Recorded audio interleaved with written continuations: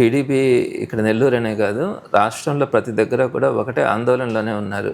ఇంత అరాచకమైనటువంటి పాలన మనం అలవాటు చేస్తే ఎక్కడో సపోజ్ ఫర్ ఎగ్జాంపుల్ కొంతమంది మీద పెడుతున్నటువంటి కేసులు ఎప్పుడో 10 సంవత్సరాల క్రితం ఏదో ఒక స్క్రీన్ షాట్లు తీసుకొచ్చి ఆ రోజుల్లో ఇది పెట్టినారని చెప్పి దాని మీద ఇప్పుడు కేసులు ఫైల్ చేసి రిమాండ్లోకి పంపించి నెలల తరబడి వాళ్ళందరినీ కూడా నిర్బంధించేస్తూ ఉంటే ఈ లెక్కను తీసుకుంటే ఎవరి మీదనైనా కేసు పెట్టడం, రిమాండ్లోకి తీసుకోవడం, జైల్లో పెట్టడం అన్నది ఏది కూడా అసాధ్యం కాదు. ఇంక మీదట ఏ ఒక్కరినైనా కూడా పెట్టేసే పరిస్థితి ఈరోజు కనపడుతూ ఉంది.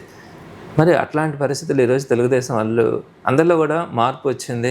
జగన్మోహన్ రెడ్డి గారు అన్నీ చేస్తే మేము చెప్పిన అబద్ధాలకు మోసపోయి 11 సీట్లు వాళ్ళకి ఇచ్చినప్పుడు, మేము చెప్పింది మోసం అని తెలిసిపోయింది, మేము ఇవ్వట్లేదని తెలిసిపోయింది అని అనుకున్నప్పుడు రేపొద్దున తెలుగుదేశం పార్టీ పరిస్థితి ఎలా ఉంటుంది ఊహించుకుంటే అందరికీ కూడా అర్థమవుతుంది. అలాంటి పరిస్థితుల్లో వైసీపీ మరలా అధికారంలోకి వస్తుంది.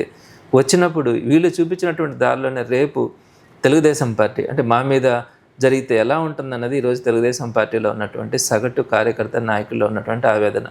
ఈరోజు వీళ్ళు చేస్తున్నటువంటి తప్పులన్నింటినీ కూడా అవి తీవ్రమైనటువంటి పనిషబుల్ పరిస్థితులు ఉన్నాయి. వీళ్ళు చేసేటువంటి అక్రమాలు కానీ, వీళ్ళు చేస్తున్నటువంటి అక్రమ కేసులు ఏవైతే పెట్టినారో అధికారులు కానీ వాళ్ళందరూ మాత్రం తప్పకుండా పనిష్ కావాలా. లేకపోతే భవిష్యత్తులో ఇటువంటి పరిస్థితులు కొనసాగితే ప్రజాస్వామ్యానికే అనుమానం వస్తుంది. కాబట్టి ఖచ్చితంగా రాబోయే రోజుల్లో ఎవరైతే ఈరోజు తప్పు చేస్తూ ఉన్నారో వారందరికీ కూడా శిక్ష పడుతుంది. రాబోయే రోజుల్లో ఇట్లాంటి పరిస్థితులు ఇంకొకరు ఎవరు చేయకూడదు అన్న ఆలోచనతోనే చేయడం కూడా జరుగుతుంది. ఒక మంచి పరిపాలన అయితే జగన్మోహన్ రెడ్డి గారు అందించడం కూడా జరుగుతుంది.